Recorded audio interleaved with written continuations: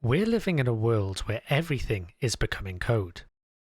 It started with applications, where we wrote our software with code, but more recently, with thanks to the cloud, we're seeing infrastructure as code become a normal day-to-day activity for many engineers that are not from traditional developer backgrounds. When we think of the data space, we might think about migrations of data schemas or workbooks for data scientists. All of those artifacts are now being written with and stored as code. When we think of good DevOps practices to store our code, it all starts with version control. Version control systems such as Git allow us to make changes to our code in increments.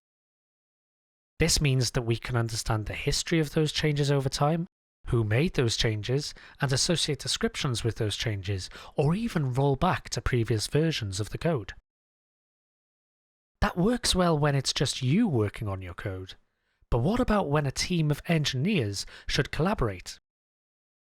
How do you make sure that changes you make don't conflict with the changes that a colleague is working on? Well, once again, version control helps us with this. Let's think of the pain points. We're working in a fast-paced world. We can't afford the manual coordination of which portions of the code base we're working on so that we don't impact each other's work in a team. That communication would be complex and would be an overhead that isn't adding value to the project. It causes slower code releases with higher rates of failure, as it requires developers to be sensitive and thoughtful when bringing the code together. And of course, as the code base grows, the risks grow exponentially along with it.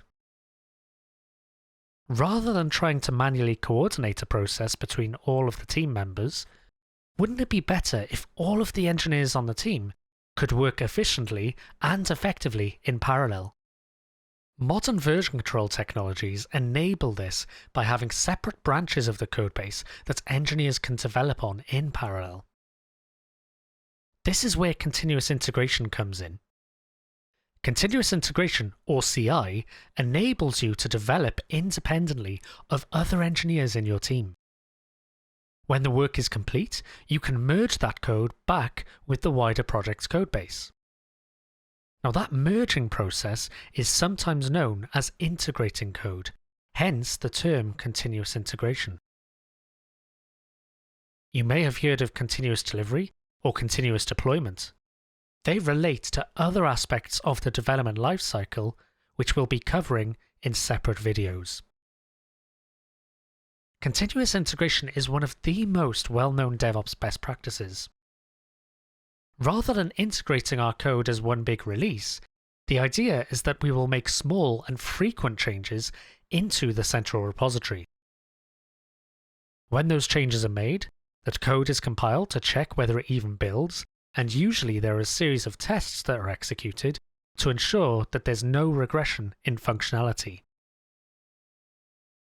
This is where tools such as Azure Pipelines and GitHub Actions come in, as they can help us automate these activities before the code is integrated into the production codebase. But this is where the challenge can lie. For technologists that are not used to following development practices, working with version control systems, and adopting automated build technologies, these may be a new learning curve for these teams to take.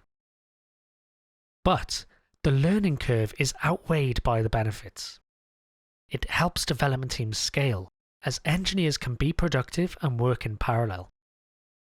There are clear standards of expectation, as the continuous integration process acts as a gatekeeper to code being merged or integrated. As the checks are automated, the feedback loop is rapid, providing insights to the engineer on the quality of their changes. If the build fails or the tests don't pass, they'll know quickly and can resolve those changes rather than introducing evasive, hard-to-find bugs to the production codebase. And these code changes or integrations are typically merged into the production codebase using a pull request workflow. It's typical that a pull request has to go through a number of checks, For example, the code passes a build, automated tests are carried out, and even peer reviews by several members of the team before it can be merged into the codebase.